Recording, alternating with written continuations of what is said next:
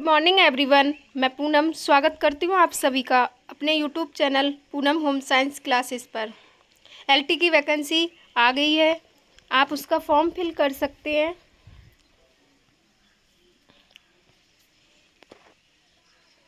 आज हम प्रसार शिक्षा के सिद्धांत एवं दर्शन डिस्कस करेंगे। Principles and philosophy of extension education.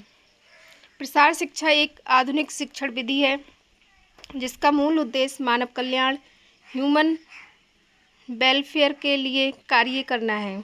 हम जानते हैं कि किसी भी उद्देश्य की प्राप्ति के निमित्त विचार एवं तर्क द्वारा कुछ सिद्धांत स्थापित किए जाते हैं। इन्हीं के द्वारा किसी भी कार्य या उद्देश्य को दिशा निर्देशन मिलता है तथा सफलता की प्राप्ति होती है। प्रसार शिक्षा का प्रमुख लक्ष्य है कि ग्रामीण समुदाय सुखी हो, समृद्ध हो, उन्नति करने वाला हो तथा अपने परिवेश से संतुष्ट हो। हम कार्य में सिद्धांत प्रमुख रूप से उपयोगी सिद्ध होते हैं। प्रसार शिक्षा के सिद्धांत बहुत ही महत्वपूर्ण टॉपिक है। एक एक सिद्धांत को ध्यान से पढ़ें और याद रखें। Principles of extension education. प्रसार कार्य के अंतर्गत प्रसार शिक्षा के कुछ निश्चित सिद्धांत होते हैं जिनको जांच कर लागू किया जाता है। प्रसार शिक्षा में सिद्धांत का तात्पर्य उन कार्यों से है जो प्रसार दर्शन को सफल बनाने के लिए आवश्यक होते हैं। अतः ऐसे कार्य जो मनुष्य का विकास इस प्रकार से करें जिससे वह स्वावलंबी बन सके, प्रसार के सिद्धांत कहलाते हैं। प्रसार के सिद्धांत सरल, उपयोगी, शिक्षात्मक, नैतिक तथा प्रजातांत्रिक होते हैं। इनमें से अधिकांशतः प्रसार कार्यकर्ता द्वारा प्रयुक्त किए जाते हैं। इसी आधार पर इन्हें निम्नलिखित पंक्तियों में प्रस्तुत किया जा सकता है। नंबर 1, सांस्कृतिक अंतर का सिद्धांत। Principle of cultural differences.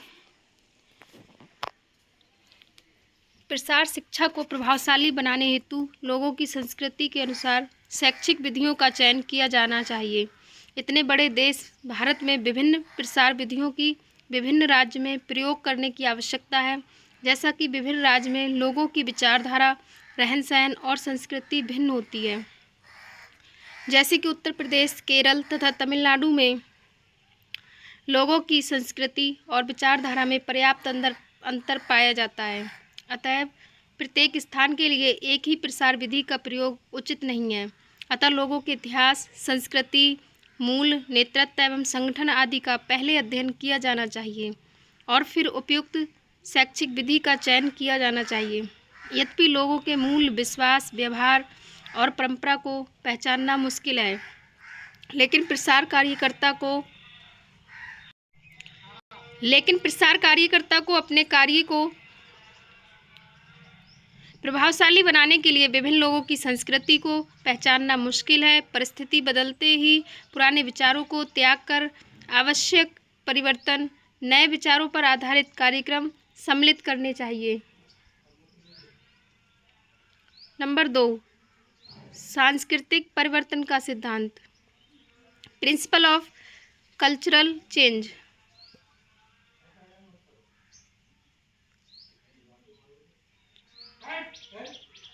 लोगों की संस्कृति समय समय पर परिवर्तित होती है। जिस समय प्रसार कार्य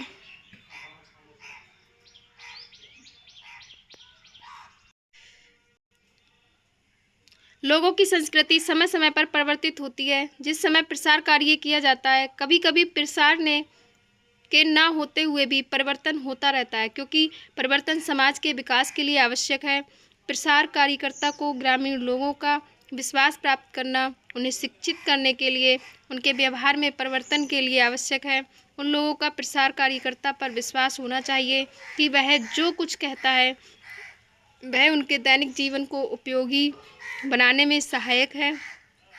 इसके लिए प्रसार कार्यकर्ता को कुछ लाभदायक परिणामों का प्रदर्शन करना चाहिए जो खेतों के लिए उपयोगी हो, जिससे किसान उनका विश्वास कर सके तथा वे उसे अपनी समस्याएं भी बता सकें।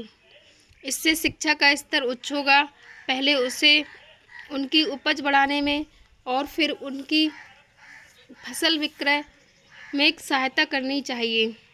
आवश्यकता अनुसार अपना क्षेत्र भी उसे परिवर्तित करना चाहिए। वर्तमान समय में प्रसार कार्य में काफ़ी परिवर्तन आ चुका है, अतः लोगों का सांस्कृतिक परिवर्तन के साथ साथ प्रसार कार्य में भी परिवर्तन आवश्यक है। नंबर 3, मूल संगठन का सिद्धांत, principle of grass root organisation. ग्रामीण समुदाय में विभिन्न समूह कार्य करते हैं। प्रसार कार्यकर्ता को उनकी रुचियों और आवश्यकताओं पर कार्यक्रम की योजना बनाते समय ध्यान देना आवश्यक है। कुछ छोटे समूहों के लिए जो प्रसार कार्य उन पर लागू किए जाते हैं वे उनकी रुचि के अनुकूल नहीं होते। जब तक कि किसान ये अनुभव नहीं करेगा कि यह उसके लिए उपयोगी व लाभप्रद है, तब तक वह उन्हें अपनाएगा नहीं। जिस प्रकार मकान की नींव मजबूत होने पर मकान भी स्थायी होता है, वैसे ही लोगों की आवश्यकता व रुचि पर कार्यक्रम आधारित है तो प्रसार कार्यकर्ता को वांछित परिणाम प्राप्त हो सकेंगे। नंबर 4, सहयोग का सिद्धांत, प्रिंसिपल ऑफ कोऑपरेशन। प्रसार कार्य के पीछे ग्रामीण लोगों व प्रसार कार्यकर्ता की सामाजिक उन्नति हेतु मिलकर कार्य करने की भावना निहित है। प्रसार कार्यक्रम सरकारी सहायता के साथ साथ लोगों के कार्यक्रम हैं। सामाजिक उन्नति हेतु सभी लोगों को एक दूसरे का सहयोग व सहायता करनी चाहिए। नंबर 5, रुचियों एवं आवश्यकताओं का सिद्धांत, principle of interest and needs. ग्रामीण लोगों को ऐच्छिक रूप से प्रसार कार्य में भाग लेना चाहिए। इसे प्रभावी बनाने के लिए ग्रामीण परिवार की रुचियों एवं आवश्यकताओं से प्रारंभ करना चाहिए। इससे प्रसार शिक्षा लोगों की आवश्यकताओं को पूरा करेगी और लोगों में कार्यक्रम के प्रति रुचि जागृत होगी। कभी कभी कार्यक्रम तथा व्यक्ति की आवश्यकताओं में भिन्नता पाई जाती है। ऐसी स्थिति में प्रसार कार्यकर्ता को उनकी प्रथम आवश्यकता को प्राथमिकता देनी चाहिए। उससे एक विश्वास का वातावरण उत्पन्न हो सकता है। इससे प्रसार कार्यकर्ता को भी अनुभव होता है और अनुभव तथा लोगों की परंपरा के द्वारा उन्हें विकास की ओर अग्रसर कर सकता है। नंबर 6, हिस्सेदारी का सिद्धांत, प्रिंसिपल ऑफ पार्टिसिपेशन। अच्छा प्रसार कार्य ग्रामीणों को मदद करता है और अपनी समस्याओं को पहचानने व उन्हें सुलझाने में सहायक है। यदि लोगों को सीधे सीधे हल दिए जाएं तो वे उस कार्य से अपने आप को जुड़ा हुआ अनुभव नहीं करते। यदि वे कार्यक्रम में भाग लेते हैं तो उनमें अपनेपन की भावना विकसित होती है। प्रसार कार्यकर्ता को किसी सामाजिक नेता के माध्यम से लोगों की सहभागिता प्राप्त करनी चाहिए, जिससे लोगों में भी नेतृत्व के गुण विकसित हो सकें तथा कार्यक्रम में भाग लेने के लिए आगे आएं। नंबर 7, शिक्षण विधि के प्रयोग में, principle of adaptability in the use of teaching methods. ग्रामों में विभिन्न लोग व समूह होते हैं। ये लोग समझ व ज्ञान के विभिन्न स्तर के होते हैं, अतः एक ही विधि सभी को सूचना देने के लिए उपयोगी नहीं हो सकती। लिखने वाली सामग्री केवल पढ़ने वालों के लिए ही उपयोगी हो सकती है। रेडियो के कार्यक्रम केवल उन्हीं के लिए उपयोगी होते हैं जो रेडियो सुनते हैं। गोष्ठी व प्रदर्शन जो उसमें सम्मिलित हों और देखें उन्हीं के लिए लाभप्रद होते हैं। खोजों द्वारा ये सिद्ध है कि एक से अधिक प्रसार कार्य की विधियां सूचना देने के लिए अधिक प्रभावशाली सिद्ध हुई है। सही संचार सुविधा उपलब्ध न होने से अथवा लापरवाही से केवल एक विधि का प्रयोग सूचना के प्रभाव को कम कर देता है। नई परिस्थिति व बदलते परिवेश में नए तरीके अपनाए जाने चाहिए।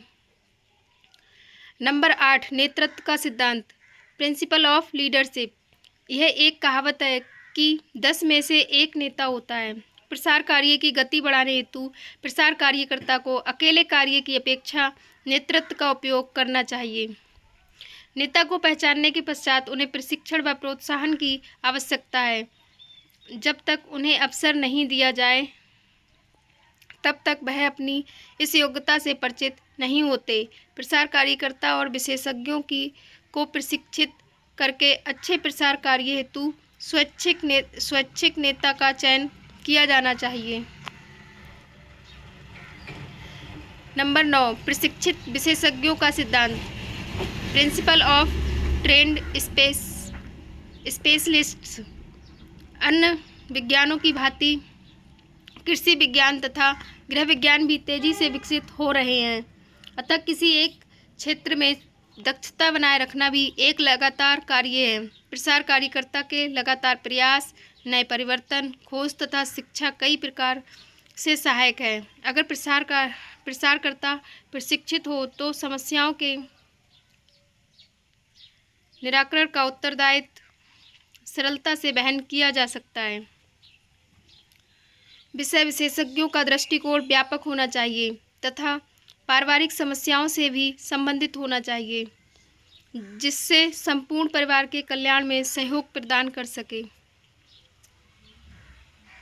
नंबर 10, संतुष्टि का सिद्धांत। Principle of satisfaction. विकास के कार्यक्रम में भागीदारों की संतुष्टि आवश्यक है। इसी पर प्रसार कार्य की सफलता निर्भर करती है। यदि लोग कार्यक्रम में भाग लेने से संतुष्ट नहीं हो तो वे भविष्य में कभी कार्यक्रम में भाग नहीं लेंगे। इसके लिए उन्हें पहचानना और उनके कार्य की प्रशंसा करना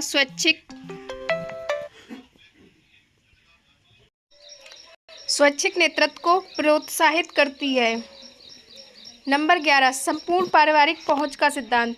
principal of whole family approach. प्रसार कार्य पूरे परिवार के लिए होना चाहिए। इसमें किसान के साथ उसकी पत्नी और बच्चों को भी सम्मिलित किया जाना चाहिए। तभी कार्यक्रम उपयोगी एवं सफल होंगे। जब कोई सूचना अथवा खोज प्रसारकर्ता किसान को देता है तो किसी एक भी सदस्य द्वारा उपेक्षित होने पर परिवार के अन्य सदस्य भी उसे अस्वीकारेंगे। उत्तर प्रदेश में एक किसान ने उन्नत किस्म की मक्का बोकर अपनी उपज बढ़ाई, किंतु उसकी पत्नी ने उसकी रोटी को पसंद नहीं किया क्योंकि वह पीले रंग की थी। उस समुदाय में पीली चपाती बुरी रसोई पकाने को मानते हैं। अतः अगले वर्ष अधिक उपज होने पर भी उन्नत किस्म नहीं बोई गई। अतः कार्यक्रम परिवार के सभी सदस्यों के अनुसार बनाया जाना चाहिए। नंबर 12, मूल्यांकन का सिद्धांत। Principle of evaluation. शिक्षण के परिणाम बिना पक्षपात के निश्चित किए जाने आवश्यक हैं। प्रसार कार्य सही दिशा में है, ये जानने के लिए विकास का पुनर्निरीक्षण करना आवश्यक है, जिससे सही कार्य किया जाए। प्रसार कार्य शैक्षिक प्रकृति का होता है, अतः लोगों में जो शिक्षा प्रक्रिया द्वारा परिवर्तन आता है और उसका प्रभाव देखना आवश्यक है। केवल योजना बनाना व तकनीक ही पर्याप्त नहीं होते, परंतु वैज्ञानिक तरीके से शिक्षा के परिणाम निश्चित करना आवश्यक होता है। प्रसारकर्ता को भविष्य में कार्यक्रम की गुणात्मकता को सुधारने में मूल्यांकन के परिणाम सहायक होते हैं। नमनीयता का सिद्धांत। Principle of flexibility. प्रसार प्रशिक्षण पद्धति में नमनीयता का विशेष महत्व होता है।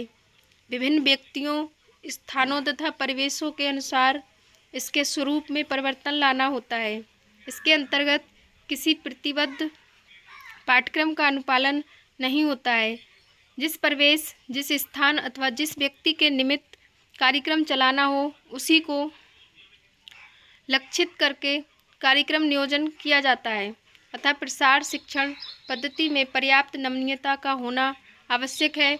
साथ ही समय के साथ इसमें बदलाव लाने की संभावनाएं भी होनी चाहिए।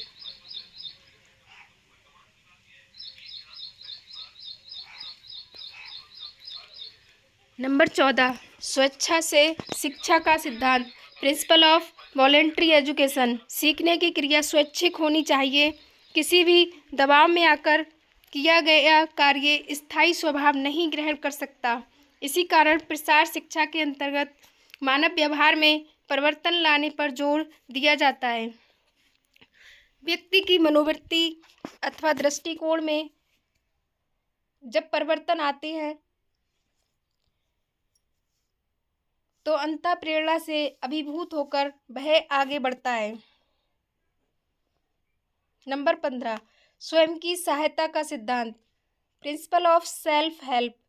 स्वतः प्रेरणा प्रसार शिक्षा का सार तत्व है। प्रसार कार्यकर्ता का मुख्य कर्तव्य व्यक्तियों को उत्प्रेरित करके आत्मोत्थान की ओर ले जाना है। ऐसा तभी संभव है जब व्यक्ति अपनी सहायता स्वयं करे। स्वयं कार्य द्वारा व्यक्ति अधिक तथा स्थायी रूप से सीखता है।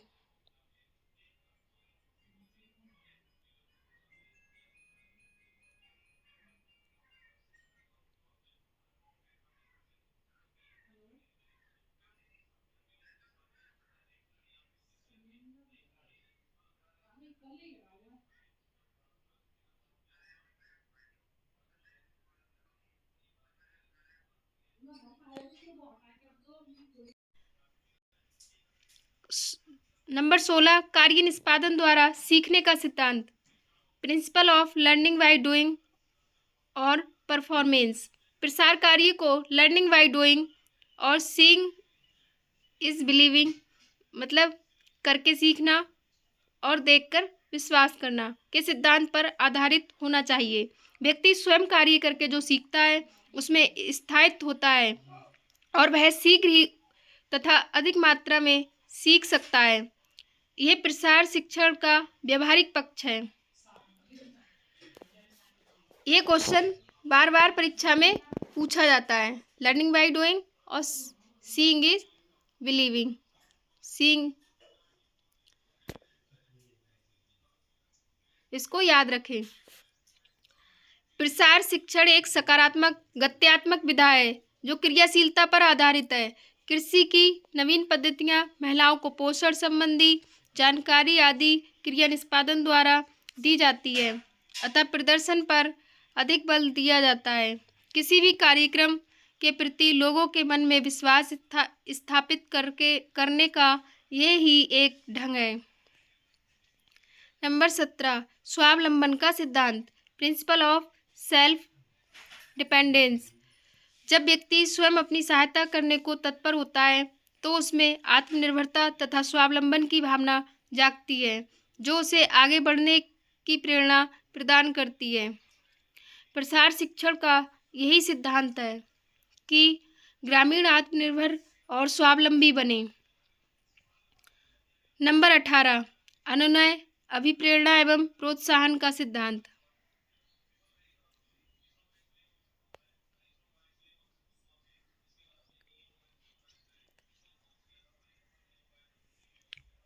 Principle of persuasion, motivation and encouragement.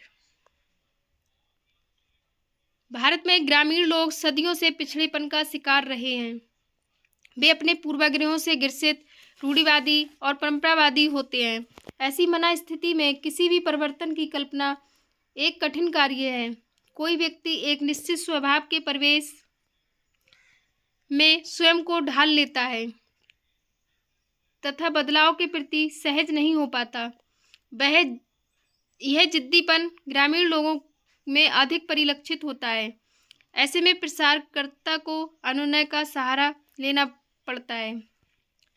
प्रसार कार्यक्रमों में ग्रामीणों का जुड़ाव सर्वप्रथम अनुनय द्वारा स्थापित करके ही प्रसारकर्ता अपने उद्देश्य की ओर अग्रसर हो सकता है। प्रसार शिक्षण में अनुनय, अभिप्रेरणा और प्रोत्साहन जैसे प्रेरक तत्व अत्यंत सहायक सिद्ध होते हैं। नंबर 19, धीमा किंतु सतत विकास का सिद्धांत, principle of slow but continuous development. तेजी के साथ आए हुए परिवर्तन प्रायः स्थायी प्रकृति के नहीं होते हैं। शीघ्रता के साथ संपन्न कार्यक्रमों का भविष्य संदिग्ध होता है। प्रसार शिक्षा का सिद्धांत है कि विकास की गति चाहे धीमी हो किंतु अनवरत होनी चाहिए। प्रसारकर्ता को किसी भी क्षेत्र में कोई कार्यक्रम चलाने में जल्दबाजी नहीं करनी चाहिए। वहाँ के लोगों के स्वभाव का अध्ययन करना चाहिए, उनकी समस्याओं को जानना चाहिए। इन सब बातों को विस्तार पूर्वक जानने के बाद ही योजना बनानी चाहिए। यह भी ध्यान देना आवश्यक है कि एक साथ ढेर सारी समस्याओं से जूझना बुद्धिमानी नहीं। परिवर्तन या विकास की गति जब धीमी तथा सतत होती है तो वह व्यक्ति के स्वभाव का अंग स्वाभाविक रूप से बनती है। शीघ्रता से लाए गए परिवर्तन थोपे जाने का बोध देते हैं। नंबर 20, स्थानीय संसाधनों के प्रयोग का सिद्धांत। Principle of utilisation of local resources. ग्रामीण क्षेत्रों के विकास के लिए काम करते समय इस बात का ध्यान रखना आवश्यक है कि स्थानीय संसाधनों का, चाहे वे मनुष्य हों या वस्तुएं, मैन और मटेरियल हो, पूरा प्रयोग होना चाहिए। प्रसार शिक्षा मानव को प्रकृति का सबसे बड़ा संसाधन है। एक क्वेश्चन परीक्षा में पूछा गया है। प्रसार शिक्षा मानव को प्रकृति का सबसे बड़ा संसाधन है। उसकी बौद्धिक तथा शारीरिक शक्तियों का उपयोग प्रसार कार्यक्रम का उद्देश्य है। गांव की युवा शक्ति का उपयोग खेती के अतिरिक्त सड़क निर्माण, भवन निर्माण, बाल शिक्षण, प्रौढ़ शिक्षण, स्वास्थ्य केंद्र के रखरखाव में किया जा सकता है। लघु उद्योगों में लगाकर उनकी आय के सिद्धांत का विस्तार किया जा सकता है। ग्रामीण महिलाएं भी लघु उद्योगों में सहयोग प्रदान कर सकती हैं। आंगनवाड़ी केंद्र पर जाकर बाल कल्याण, स्वास्थ्य रक्षा, स्वच्छता आदि से संबंधित जानकारी प्राप्त कर सकती हैं। साक्षर महिलाएं अन्य महिलाओं व बच्चों को शिक्षित कर सकती हैं। प्रसारकर्ता युवाओं की शक्ति से मेला, प्रदर्शनी आदि का आयोजन करके अपने कार्यक्रमों की जानकारी लोगों तक पहुंचा सकती हैं। अनुपयोगी लकड़ी को ईंधन के रूप में प्रयुक्त कर गोबर की बचत की जा सकती है और गोबर का उपयोग खाद तथा गोबर गैस संयंत्र में किया जा सकता है। नंबर 21, समता का सिद्धांत। Principle of equality. गांव में विविध धर्म, संप्रदाय तथा जाति के लोग निवास करते हैं। इनके रीति रिवाज, मान्यताओं तथा संस्कृति में अंतर होता है, किंतु आगे बढ़ने का सभी को समान अवसर और समानाधिकार प्राप्त होना चाहिए। प्रसार कार्यकर्ता को प्रसार कार्यक्रम बनाते समय यह ध्यान रखना चाहिए कि कार्यक्रम का लाभ समान रूप से सभी को प्राप्त हो। ऐसा न होने से प्रसार कार्य का प्रजातांत्रिक ढांचा खंडित होता है तथा समुन्नत ग्रामीण विकास की कल्पना भी अपूर्ण रह जाती है। नंबर 22, स्थानीय संगठनों के सहयोग का सिद्धांत। Principle of cooperation from local organisations. प्रसार कार्य में स्थानीय संगठनों का भी महत्वपूर्ण योगदान रहता है। ये संगठन या तो पूर्व स्थापित होते हैं अथवा नव स्थापित इनकी सहायता से कार्यक्रम को चलाने में प्रसार कार्यकर्ता को सुविधा होती है। स्थानीय संगठनों की उपेक्षा किए जाने पर प्रसार कार्य सफल नहीं हो सकता। गांव में पंचायत, युवा मंडल, महिला मंडल जैसे संगठन होते हैं। आवश्यकता अनुसार नए संगठनों का संगठन भी किया जा सकता है, किंतु इस बात पर ध्यान अवश्य दिया जाना चाहिए कि इन संगठनों की सहायता से प्रसार कार्यक्रम चलाए जाएं। नंबर 23, व्यावहारिक विज्ञान तथा तकनीक का सिद्धांत। Principle of applied sciences and technology. प्रसार शिक्षण एक व्यावहारिक शिक्षण पद्धति है।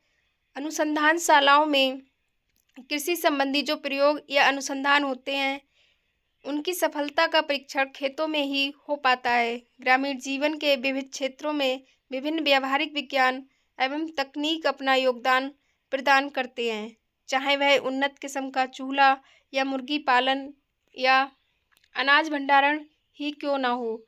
कृषि की नई पद्धतियाँ, आधुनिक कृषि संयंत्रों की उपयोगिता तथा कार्यप्रणाली, उर्वरकों तथा खाद का प्रयोग, कार्य सरलीकरण प्रक्रिया, पोषाहार कार्यक्रम आदि से संबंधित सूचनाएं ग्रामीणों के निमित्त तैयार की जाती हैं, जिन्हें प्रसार कार्यक्रमों के अंतर्गत विशेषज्ञों, तकनीशियनों, वैज्ञानिकों, प्रसार कार्यकर्ताओं तथा जनसंचार के माध्यम द्वारा ग्रामीणों तक पहुंचाया जाता है। इन प्रयोगों एवं अनुसंधानों की सफलता ही इनकी प्रामाणिकता है। प्रसार शिक्षा का ये सिद्धांत है कि नई पद्धतियों, नई जानकारियों एवं सूचनाओं को ग्रामीणों तक पहुंचाया जाए, जिनसे वे उससे लाभान्वित हो सके और व्यावहारिक विज्ञानों तथा तकनीकों का भरपूर उपयोग हो सके। नंबर 24,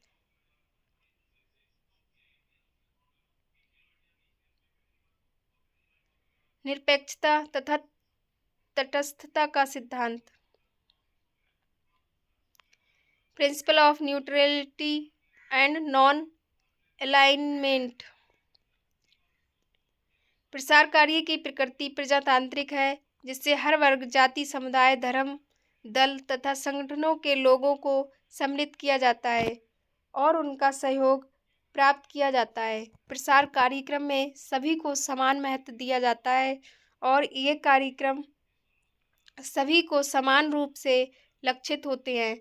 प्रसार कार्यक्रम सभी के लिए निरपेक्ष व तटस्थ भाव से तैयार किए जाते हैं तथा प्रसार कार्यकर्ता को इसी सिद्धांत का पालन करना होता है कि वह जातिगत, धर्मगत, दलगत भावनाओं से परे निरपेक्ष तथा तटस्थ रहे।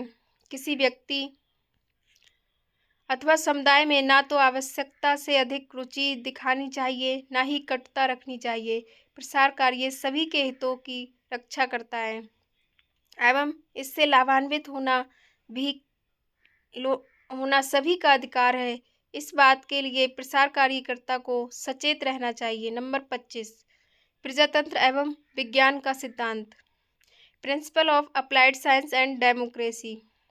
प्रजातंत्र में विज्ञान की स्वतंत्रता, वैज्ञानिकों के पक्षपात रहित स्वदेश पहुंच, समस्या के समाधान में जो तथ्य प्रयुक्त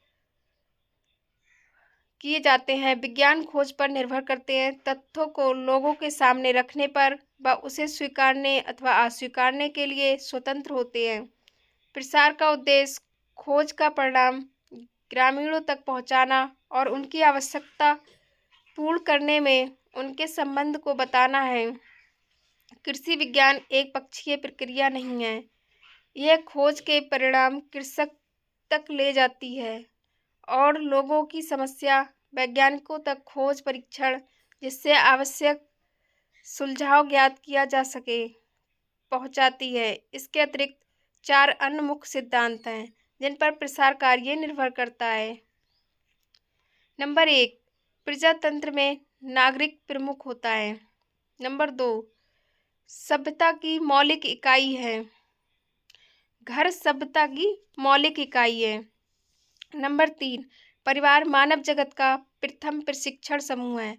नंबर 4, सुविधा और साधनों से युक्त औसतन भूमि प्रदत्त होनी चाहिए। संक्षेप में प्रसार शिक्षा के सिद्धांत निम्नलिखित हैं। नंबर 1, प्रसार कार्य अनुभूत आवश्यकताओं पर आधारित हो, न कि उन पर लादा जाए। उनके दैनिक जीवन से संबंधित दैनिक जीवन की शिक्षा दी जाए।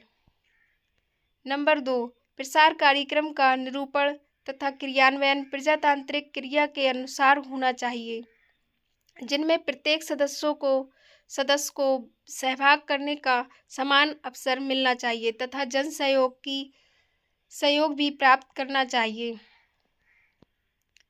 नंबर 3, प्रसार कार्यक्रम में स्थानीय परिस्थितियों को ध्यान में रखकर, जैसे आर्थिक, सामाजिक पृष्ठभूमि तथा संस्कृति को दृष्टिगत रखकर आरंभ करना चाहिए। नंबर 4, इस कार्यक्रम में अधिक से अधिक लोगों को लाभ मिलना चाहिए। नंबर 5, इस कार्यक्रम में स्वावलंबन तथा व्यक्तिगत विकास को ध्यान में रखते हुए आरंभ करना चाहिए। व्यक्ति स्वयं की सहायता करने में सहायता प्रदान करे। इसे इस सिद्धांत पर आधारित होना चाहिए। नंबर 6, परिवार व प्रसार शिक्षा द्वारा ग्रामीण नेतृत्व का विकास तथा लोगों की समझ और कौशल के स्तर में सुधार पर आधारित होना चाहिए। नंबर 7, प्रसार कार्यक्रम के प्रारंभ में सरल समस्या लेनी चाहिए और धीरे धीरे जटिल समस्या को भी इसमें सम्मिलित करना चाहिए। प्रसार कार्यक्रम में आवश्यकता अनुसार परिवर्तन करने की व्यवस्था होनी चाहिए। नंबर 8, प्रसार कार्यक्रम उन व्यक्तियों से संपर्क करके बनाना चाहिए जो स्थानीय नेता और संगठन के द्वारा हो। प्रसार का सिद्धांत है कि क्रियात्मक अथवा व्यावहारिक ज्ञान के द्वारा समाज के अधिकांश लोगों को लाभ मिल सके।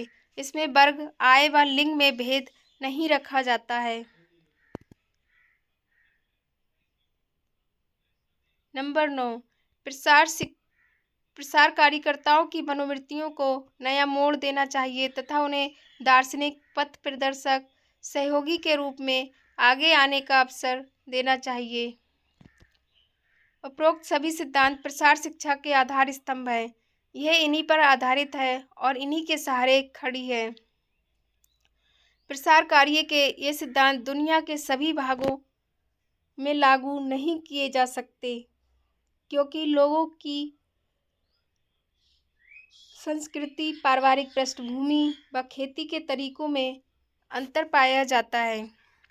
पहले इन्हें प्रयोग करके देखना चाहिए, तब लोगों को स्थिति के अनुसार परिवर्तित करके लागू किए जाने चाहिए।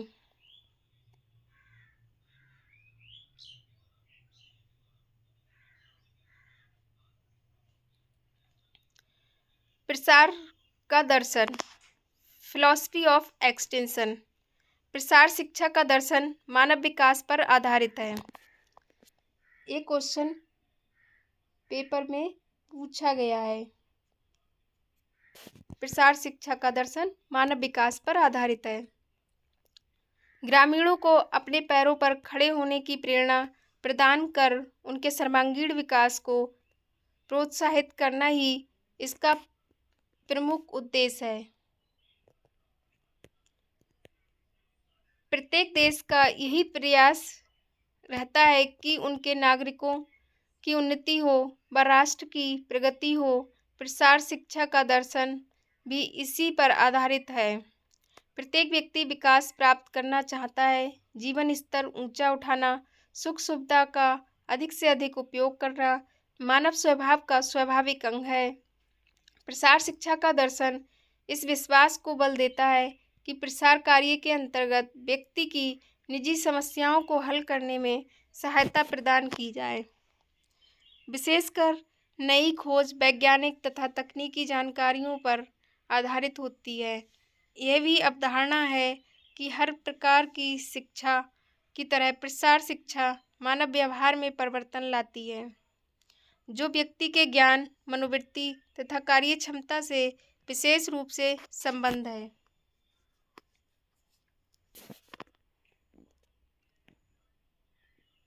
फिलॉसफी ग्रीक भाषा का शब्द है, जिसका प्रयोग सर्वप्रथम प्लेटो ने रिपब्लिक नामक पुस्तक में किया था।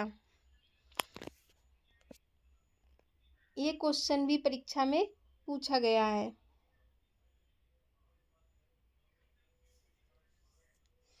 इसका अर्थ है सत्य के प्रति निष्ठा एवं लगाव। प्रसार का दर्शन जीवन का लाभकारी दृष्टिकोण है, जो गंभीर, शांत, व्यवस्थित व कल्याणकारी है। प्रसार का दर्शन व्यक्तिगत विकास के साथ गृह, समाज तथा राष्ट्र के विकास का आधार है।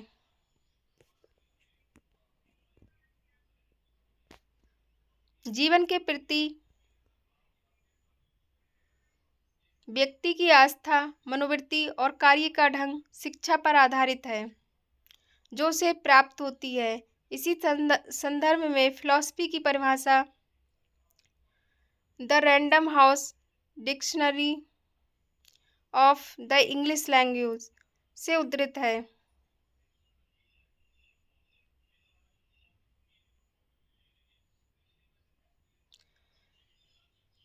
The rational investigation of the truth and principles of being, knowledge और कंडक्ट।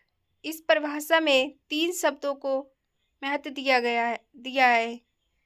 बीइंग अर्थात अस्तित्व, नॉलेज अर्थात ज्ञान और कंडक्ट अर्थात आचरण अथवा व्यवहार तथा कार्य संचालन।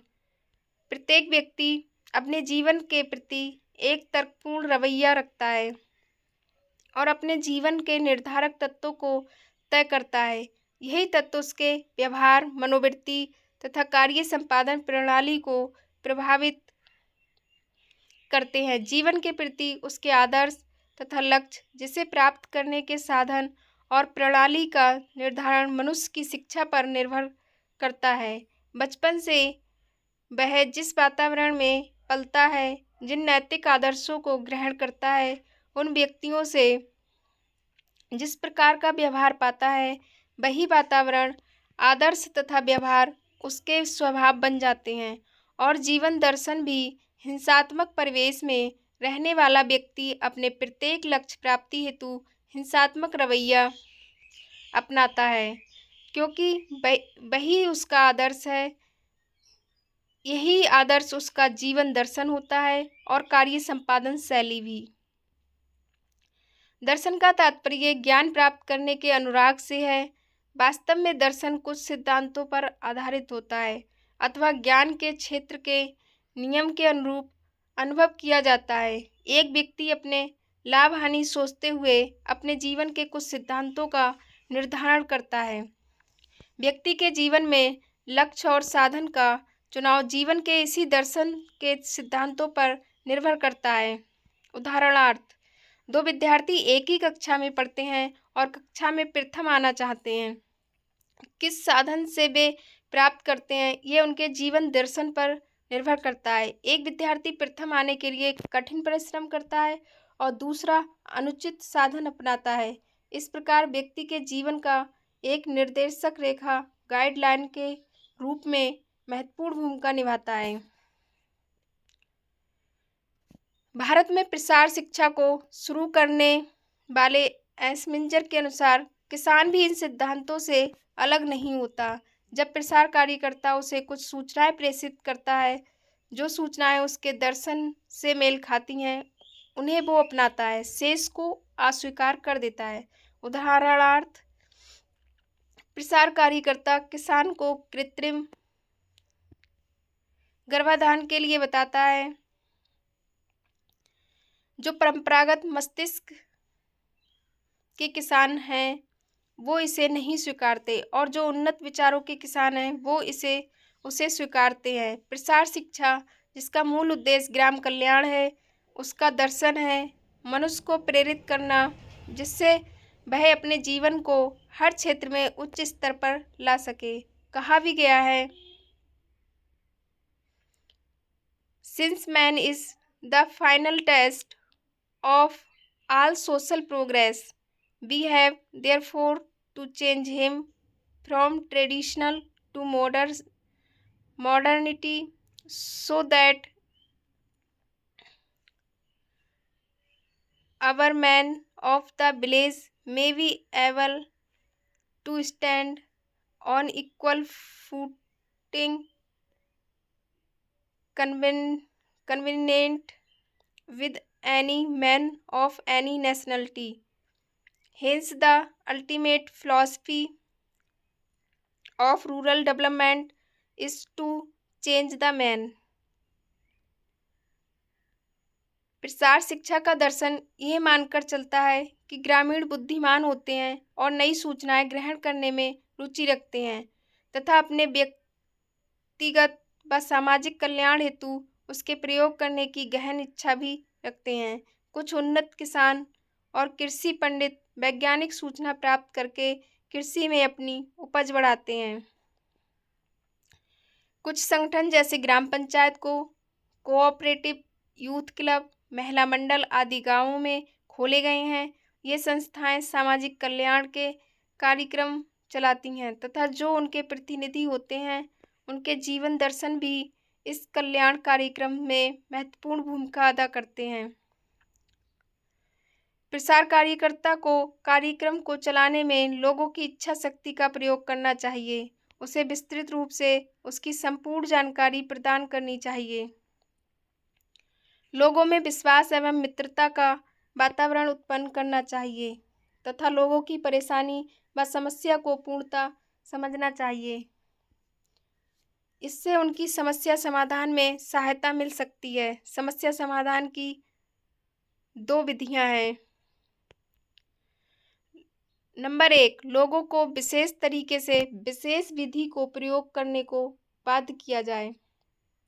नंबर 2, दूसरी विधि स्वतंत्र पहुंच, डेमोक्रेटिक अप्रोच, जो लोगों को शिक्षा द्वारा स्वयं अपनी समस्या का निराकरण करने में सहायक है। दूसरी विधि है स्वतंत्र पहुंच, डेमोक्रेटिक अप्रोच, जो लोगों को शिक्षा द्वारा स्वयं अपना समस्या का निराकरण करने में सहायक होती है। वर्षों में समय और विकास की दर।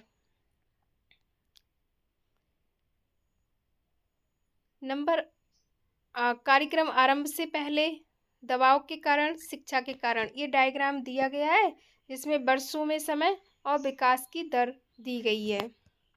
दबाव एवं शैक्षिक पहुंच के प्रयोग द्वारा कार्यक्रम के परिणाम से विकास का झुकाव। उपरोक्त चित्र में दोनों विधियों का परिणाम दर्शाया गया है। इसको देखने से ये ज्ञात होता है कि दूसरी विधि पहली विधि से अधिक प्रभावशाली है, क्योंकि प्रथम विधि में आरंभ में बाध्य किए जाने पर कुछ समय के लिए ही मानते हैं, लेकिन बाद में उसी पुरानी परंपरा पर आ जाते हैं। दूसरी विधि में शिक्षा द्वारा परिवर्तन धीरे धीरे आता है। इसमें वे अपनी लाभ हानि देखकर स्वीकारते हैं, इसलिए इसका प्रभाव स्थायी होता है। अतः प्रसार कार्यकर्ता को स्वतंत्र मूल्यों में विश्वास होना चाहिए, जिससे वो लोगों को शिक्षित कर सकें। प्रसार कार्य ग्रामीण लोगों को अपने पैरों पर खड़ा करने में सहायक है। इसमें आर्थिक विकास को भी महत्व दिया गया है, जिससे लोग शक्तिशाली बने, उनके आत्मविकास और राष्ट्रीय विकास हेतु सुविधाएं जैसे खेत, मकान, शिक्षा, मनोरंजन आदि प्राप्त करें। उन्हें इस प्रकार सहायता देनी चाहिए जिससे वे प्राकृतिक स्रोतों का उपयोग करना सीख सकें। प्रसार का वास्तविक दर्शन व्यक्ति को शिक्षित करके तथा उनके दृष्टिकोण में परिवर्तन द्वारा निर्देशित होता है। जैसा कि उदाहरण द्वारा स्पष्ट है कि दबाव द्वारा वांछित परिणाम नहीं निकलते। शिक्षा द्वारा व्यक्ति की बुद्धि विकसित होती है और उसका हार्दिक सहयोग प्राप्त किया जा सकता है। जे.पॉल लीगन के शब्दों में, मानव के सारे जीवन की सफलता उसकी शिक्षा पर निर्भर करती है। प्रसार मनुष्य को अपनी प्रेरणा व नेतृत्व के द्वारा वैज्ञानिक दृष्टिकोण को रखते हुए प्रजातांत्रिक ढंग से अपने समाज के स्थायी विकास के लिए प्रस्तुत करता है। प्रजातंत्र में व्यक्ति का महत्व सर्वोपरि होता है। इसके माध्यम से प्रसार कार्यकर्ता अपनी शैक्षणिक प्रक्रिया द्वारा मनुष्य के दृष्टिकोण व योग्यता में अभूतपूर्व परिवर्तन लाता है। शिक्षा केवल सूचना देना ही नहीं वरन कहीं अधिक है। इसका प्राथमिक उद्देश्य लोगों के ज्ञान, योग्यता एवं व्यवहार में परिवर्तन लाना है। यदि ऐसा परिवर्तन नहीं आता तो वह परिवर्तन ना तो शिक्षात्मक है और ना ही स्थायी। हमारे प्राचीन ग्रंथों की मान्यता है कि मनुष्य स्वयं का विकास करके नर से नारायण बन जाता है। डॉक्टर रणजीत सिंह के शब्दों में, The main philosophy, the main philosophy of extension is to bring development, which in turn should be to have better and still better homes. ये सर्वमान्य तथ्य है कि जीवन से और जीवनचर्या से संबंधित किसी भी क्षेत्र में पुराने तरीके से आधुनिक वैज्ञानिक तरीके बेहतर हैं, तीव्रतर हैं, अधिक सहज हैं, अधिक लाभदायक हैं और इस सभी को ध्यान में रखकर जन समुदाय को परिवर्तन को ग्रहण करने के लिए प्रेरित करना प्रसार शिक्षा का दर्शन है। डॉक्टर रणजीत सिंह ने लिखा है, the extension rest on the foundation of all-round growth and development of the individual and adult, a youth or a child। Doctor Ranjit Singh द्वारा प्रसार दर्शन को निम्न विचारों पर आधारित माना जाता है।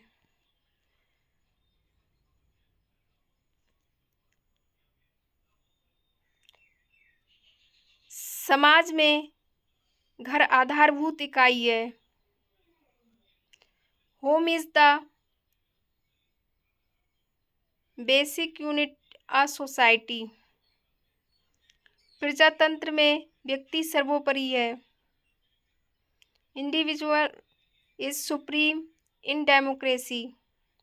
नंबर 3, परिवार प्रथम मौलिक मानवीय समूह समुदाय है। Family is the first primary human group. Number 4, व्यवहार में परिवर्तन एक धीमी प्रक्रिया है। Change in behaviour is a slow process.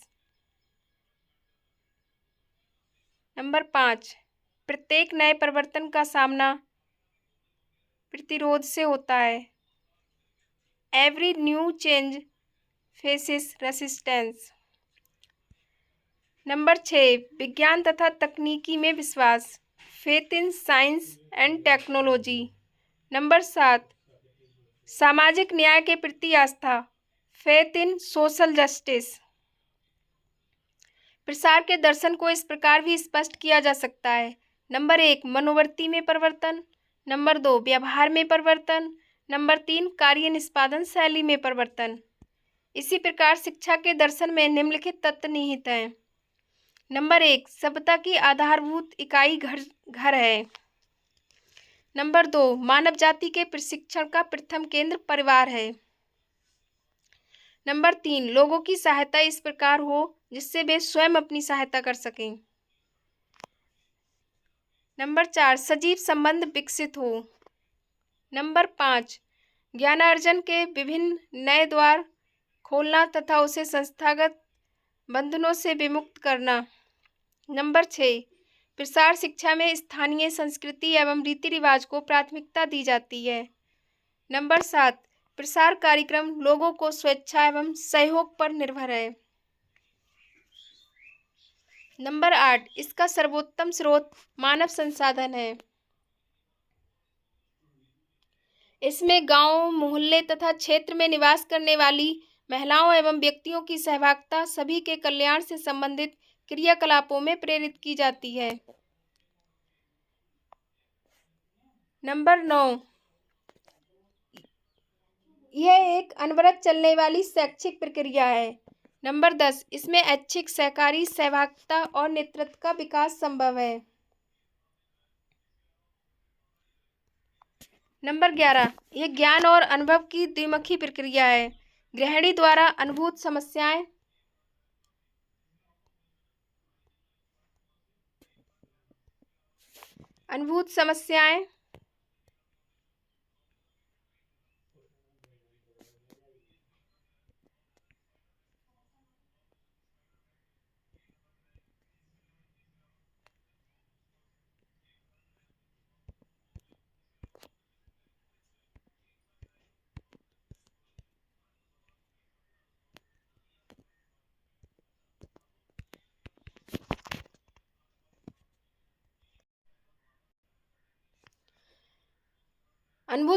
शिक्षक द्वारा प्रयोगशाला में अध्ययन द्वारा लगाई जाती हैं।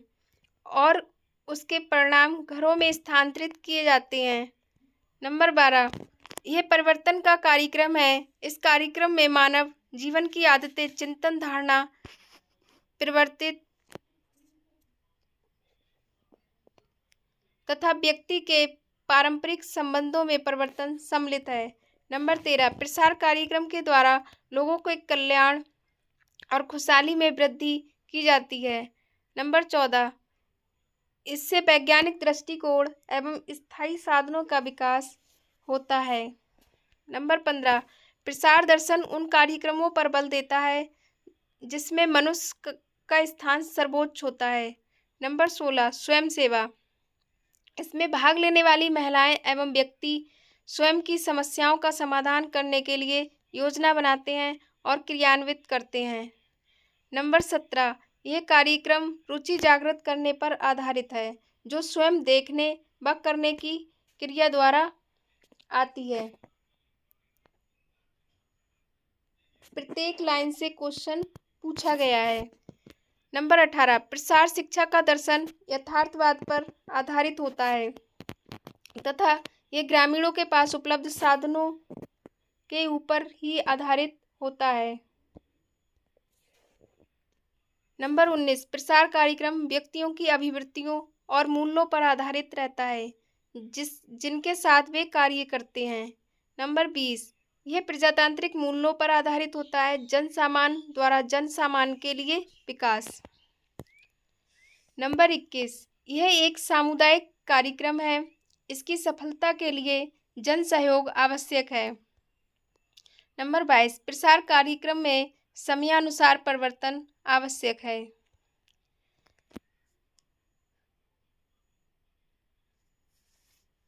प्रसार दर्शन की विशेषताएं। Characteristics of philosophy of extension. प्रसार दर्शन मूल रूप से व्यक्ति को शिक्षित करके उसकी मनोवृत्ति, दृष्टिकोण तथा व्यवहार में परिवर्तन लाने पर आधारित है। इसका उद्देश्य मानव कल्याण है।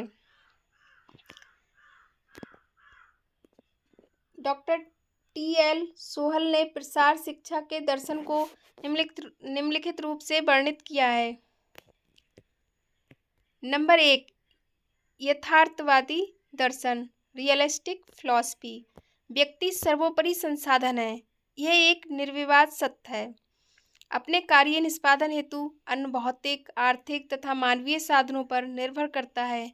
प्रसार दर्शन यथार्थवादी होने के कारण स्थानीय उपलब्ध साधनों पर विश्वास रखता है। उपलब्ध साधनों में ही संभावनाएं ढूंढकर स्थानीय स्तर पर समस्याओं के हल निकाले जाते हैं। नंबर 2, मानवतावादी दर्शन, ह्यूमनिटेरियन फिलॉसफी। प्रसार दर्शन पूर्ण रूपेण मानवतावादी है। इसमें उन कार्यक्रमों को महत्व दिया जाता है जो मनुष्य के मनुष्यता के विकास पर प्रभावकारी होता है। व्यक्ति के अंदर छिपी प्रतिभा तथा कार्य क्षमता से अवगत कराना, उसे गरिमा तथा सम्मान से परिपूर्ण आत्मविश्वास प्रदान करना महत्वपूर्ण है। स्वावलंबी व्यक्ति अपने लिए प्रगति के द्वार तो खोलता ही है, साथ ही पूरे समाज के लिए प्रेरणा स्रोत बनता है। कार्यक्रम मनुष्य का भौतिक या आर्थिक विकास ही नहीं, अपितु उसका सर्वांगीण विकास संबंधी होता है। लीगन का कथन है,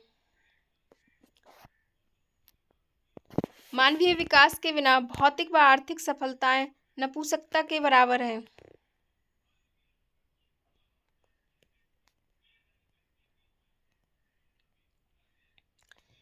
नंबर 3, प्रयोगवादी दर्शन, एक्सपेरिमेंटल फिलॉसफी। प्रसार दर्शन सैद्धांतिक पक्षों से अधिक व्यावहारिकता पर बल देता है, जिसका कारण प्रसार कार्य का विज्ञान तथा तकनीक से गहरा संबंध होता है। ये दोनों प्रयोगों पर आधारित होती है। ये दोहरी प्रणाली है जो लैब टू लैंड प्रोग्राम के अंतर्गत प्रयोगशाला में विकसित तकनीक को गांव तक पहुंचाया जाता है तथा संबंधित सफलताओं, असफलताओं तथा समस्याओं का विश्लेषण पुनः प्रयोगशालाओं में किया जाता है। प्रसार कार्यक्रम का आधार देखना तथा करना है। इनमें देखकर करने का सिद्धांत लागू होता है। क्रियात्मक होने के कारण ये प्रसार दर्शन के प्रयोगवादी स्वरूप को सिद्ध करते हैं।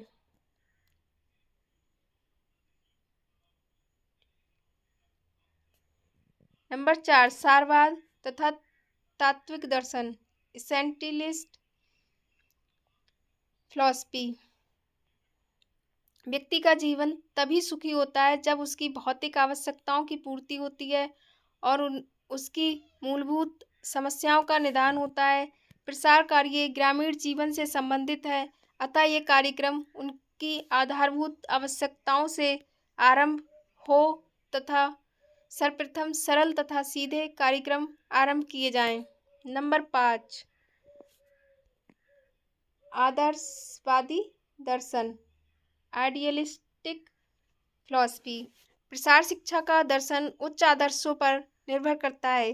भारतीय दर्शन भी जीवन को आदर्श रूप बनाने की प्रेरणा प्रदान करता है।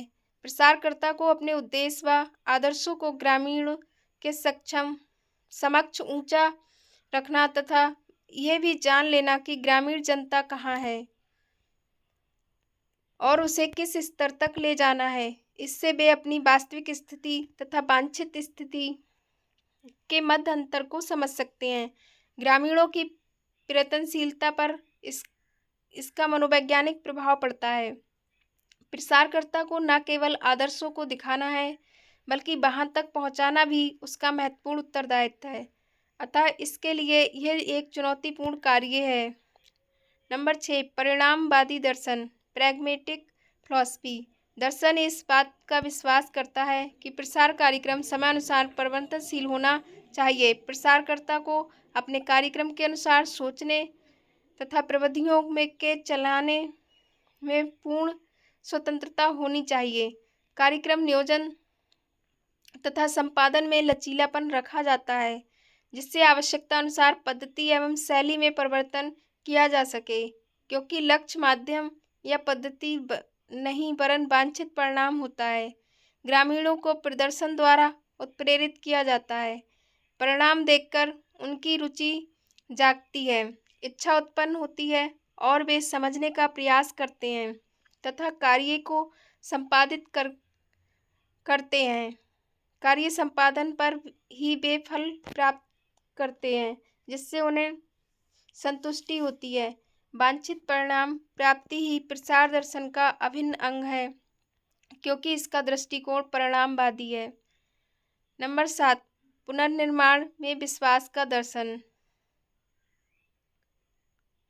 Philosophy of faith in reconstruction. समाज में सदैव पुनर्निर्माण होता रहता है। प्रसार कार्य की सफलता भी कार्यक्रमों में परिवर्तन के साथ सामंजस्य रखने से ही प्राप्त हो सकती है। प्रकृति भी परिवर्तनशील है, समाज में भी प्रतिदिन नए नए परिवर्तन होते रहते हैं। प्रकृति, परिवेश तथा समाज के इन परिवर्तनों को दृष्टिगत रखते हुए कार्यक्रम तैयार किया जाना चाहिए और काफ़ी लचीलापन भी होना चाहिए। परिवर्तनीय प्रकृति के अभाव में प्रगति की कल्पना को सकारात्मक रूप प्रदान करना संभव नहीं है, अतः प्रगति हेतु परिवर्तन में या दूसरे शब्दों में पुनर्निर्माण या पुनर्गठन में विश्वास होना आवश्यक है। End of the chapter. आज का ये चैप्टर समाप्त होता है और प्रसार शिक्षा के सिद्धांत और दर्शन बहुत ही महत्वपूर्ण टॉपिक है। प्रसार शिक्षा के 25 सिद्धांत दिए हैं इसमें और 7 दर्शन, इनको याद रखें।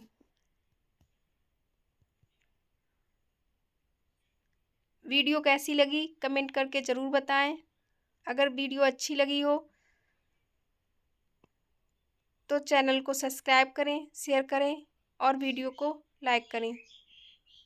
Thank you so much.